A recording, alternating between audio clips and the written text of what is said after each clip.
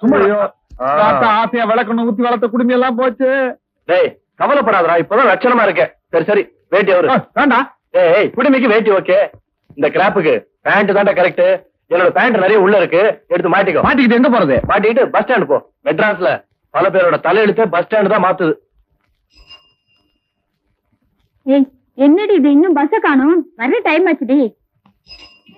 ஏய் நேற்று இவர் தானே தமிழ் பண்பாட்டை பத்தி பாடினவரு, அவர் குடும்பம் என்னாச்சு? சில பேர் தமிழை காப்பாத்த தலையை கொடுக்கறது உயிரை கொடுக்கறதுன்னு சொல்றாங்கல்ல, அது போல இவர் முடிய கொடுத்துட்டாரு போல இருக்கு.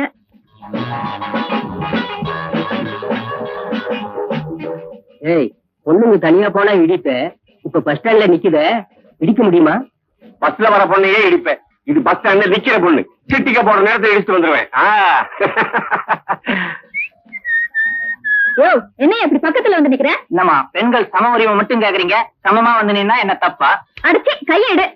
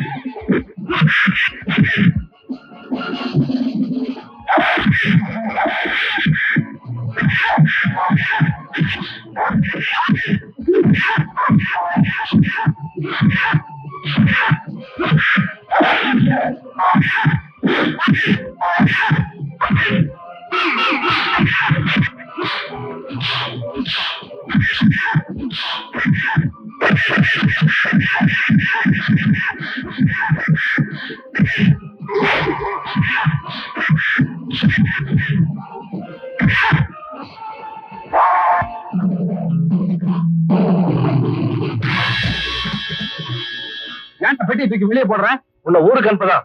ஏன் ட்ரிப்ளிகேன்ல ஒரு ரூம் எடுத்து கௌரவமா வந்துட்டு இருக்கேன். என் கௌரவத்தை குழி தோண்டி போச்சுட்டிய. நான் என்ன பண்ணேன்? ஜாம்பஜார் ரவுடியை போய் அடிச்சுட்டேடா. நான் இந்த ஊர்ல வாழணுமா வேணாமா? முதல்ல ஊரை விட்டு போ. உன் ட்ரெஸ் எல்லாம் எடுத்துக்கிட்டு போடா. அப்படியா? நான் இப்படியே ஊருக்கு போனா எப்படி இருக்கும்?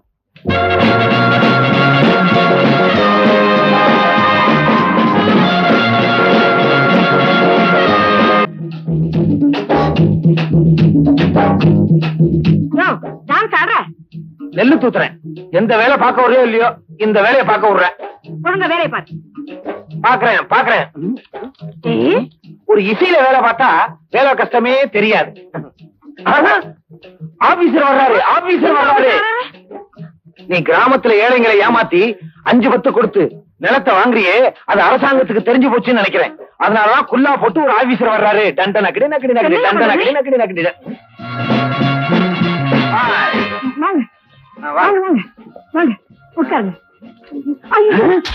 வந்த உடனே ஆபீசரையே கவுத்திட்டியே. ஏன் சார் கீழே பாக்குறது இல்லையா? சோடா வேணுமா பீடா வேணுமா? அவர் சோடாவும் குடிக்க மாட்டாரு, பீடாவும் போட மாட்டாரு. சோடியம் குடிமி சும்மா ஆறாது. நான் வந்து கோழி குழம்பு வைக்கிறேன், இருந்து சாப்பிட்டுப்பாங்க. ஐஸ் அதெல்லாம் நான் சாப்பிடுறது இல்ல. சாப்பிடுறது இல்லையா? இந்த குரலை எங்கேயோ கேட்ட மாதிரி இருக்கே. யார் நீ? ஆத்தா என்ன தெரியலையா? நான் தான் மதி. ஆத்தாவா? இது என்ன மெட்ராஸ் பாஷையா இல்ல வேற ஒரு பாஷையா? சும்மா இருங்க, நம்ம பையன். எங்கடா குடுமி? ஒத்திக்கே வச்சிருப்பான்னு நினைக்கிறேன். இல்லப்பா, பட்டணத்துல வெட்டிட்டேன்ல. பட்டணத்துல வெட்டிட்டாங்களா? பட்டணத்து பொண்ணு தான் கல்யாணம் பண்ணிக்கணும்னு சொல்லிருக்கீங்களா? அதனாலதான் குடும்பி எல்லாம் வெட்டி பேண்ட் எல்லாம் போட்டா இனிமேல் இப்படித்தான் இருப்பேன். வெட்டினது ஒரு வகைக்கு நல்லதுதான். இல்லைன்னா ஏதாவது சண்டை வந்துச்சுன்னா பொண்டாட்டிங்க புருஷனுக்கு குடுமையில பிடிக்கிறாளுங்க. அதனாலதான் நான் ஆரம்பத்திலேயே வெட்டிட்டேன். சும்மா இருங்க, நீ வா சாப்பிட. ஏய், ஒத்திக்கில இருக்க முடி பத்திரம், ஏதாவது சவுறு முடி செய்யலாம். தண்டன கடி நக்கடி நக்கடி தண்டன கடி நக்கடி நக்கடி. ஏன்பா குப்பு, உன் பொண்ணு பீர்க்கங்கா மாதிரி வளர்ந்துருக்கிறா, நீ வெண்டைக்காய் மாதிரி வளவளன்னு பேசுற. ஒரு கத்திரிக்காய் மாதிரி குட்டியாவோ இல்ல முருங்காய் மாதிரி நெட்டையாவோ சட்டு புட்டுன்னு ஒரு மாப்பிளைய பார்க்க கூடாது? ஏ மாமா, நீங்க கோர்ட்டுக்கு போறீங்களா இல்ல காய்கறி கடைக்கு போறீங்களா?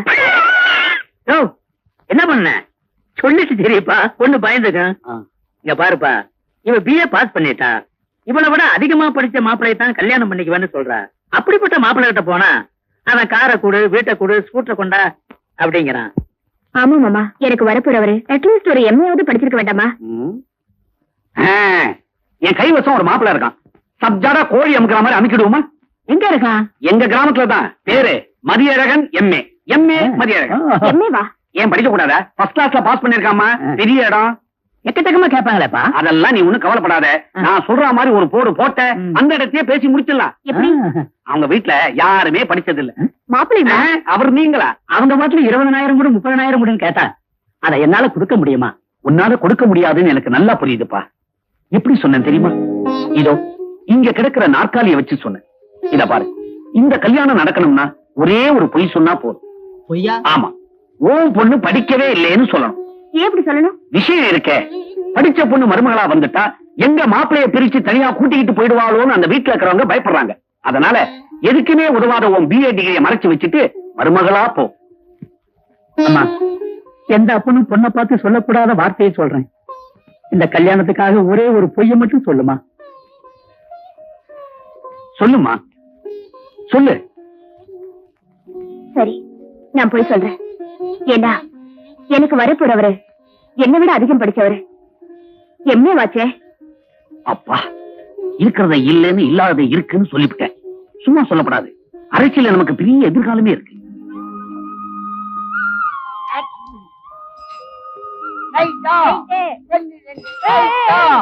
போடு மீட்டுடா.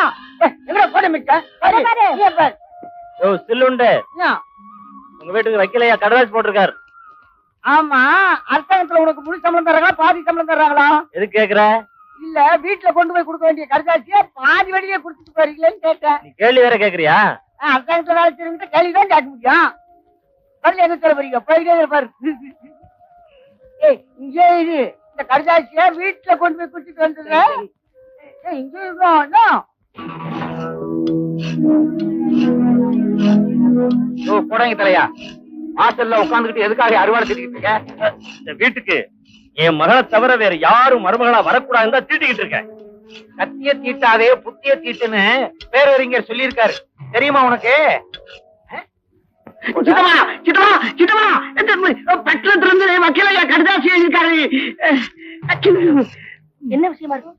ஒண்ணு விஷயமா தான் இருக்கும். இருந்து படிங்க. ஒண்ணுக்குன்னு உங்க அண்ணன் காதுல விழுந்துச்சு, பனங்காய் சீவிர மாதிரி சீவிடுவான். அதுக்கு என்னப்பா பண்றது? ஒண்ணு செய்வோம். வக்கீலு பொண்ணுன்னு எழுதியிருக்க இடத்துல எல்லாம் நான் கேஸ்ன்னு படிக்கிறேன், நீங்க புரிஞ்சுக்குங்க. புரிஞ்சுக்கிறோம். ஏய், என்ன புரிஞ்சுக்குவீங்க? ஒண்ணு இல்ல, பட்டணத்துல இருந்து வக்கீலு கேஸ் விஷயமா லெட்டர் எழுதியிருக்கிறாரு, அதை நான் படிக்கிறேன், நீங்க புரிஞ்சுக்குங்கன்னு சொன்னேன். வாங்க உள்ள போய் படிங்க. ஏய், இங்கேயே படி, நானும் அந்த கேஸ புரிஞ்சுக்கிறேன். படி படி. ஏமாட்டம் போட்டுருக்க. அன்புள்ள ஆளவந்தார் அவர்களுக்கு வக்கீல் எழுதியது. நமஸ்காரம் நமஸ்காரம். இங்கு கேஸை பார்த்தேன். கேஸ் மிகவும் நன்றாக இருந்தது. இந்த கேஸை வைத்து குடும்பம் நடத்தலாம். ஓ, துப்பு கட்ட பயலா இருக்கியே, கேஸ வச்சு குடும்பம் நடத்த போறியா? கேஸ்ல வர்ற வருமானத்தை வச்சு குடும்பம் நடத்த போறோம்னு சொல்றோம். போடாங்க தலையா, உனக்கு ஒண்ணும் புரியாது. சுமாரு மேல படி. மேல அதான் எழுதியிருக்கு. அன்புள்ள ஆளவந்தார் அவர்களுக்கு வக்கீல் எழுதியது. நமஸ்காரம். ஏய், கையில என்ன இருக்கு தெரியுமா? விரலு. ஓட்டண்ணா, ஒழுங்கா படி. கேஸை பார்ப்பதற்கு அடுத்த ரயிலில் உடனே புறப்பட்டு வரவும். கேஸ வக்கீல் பாப்பான், நீ என்னையா பாக்க போற? அறிவு இருக்கா மாமா? கட்டிக்க போறவன் நான் போய் பார்க்க வேணாமா? கட்டிக்க போறியா? என்னென்ன நிலப்புல நம்ம கைக்கு வந்துச்சுன்னா அவன் தலையில தானே கட்ட போறோம். ஓ, அத சொல்றியா?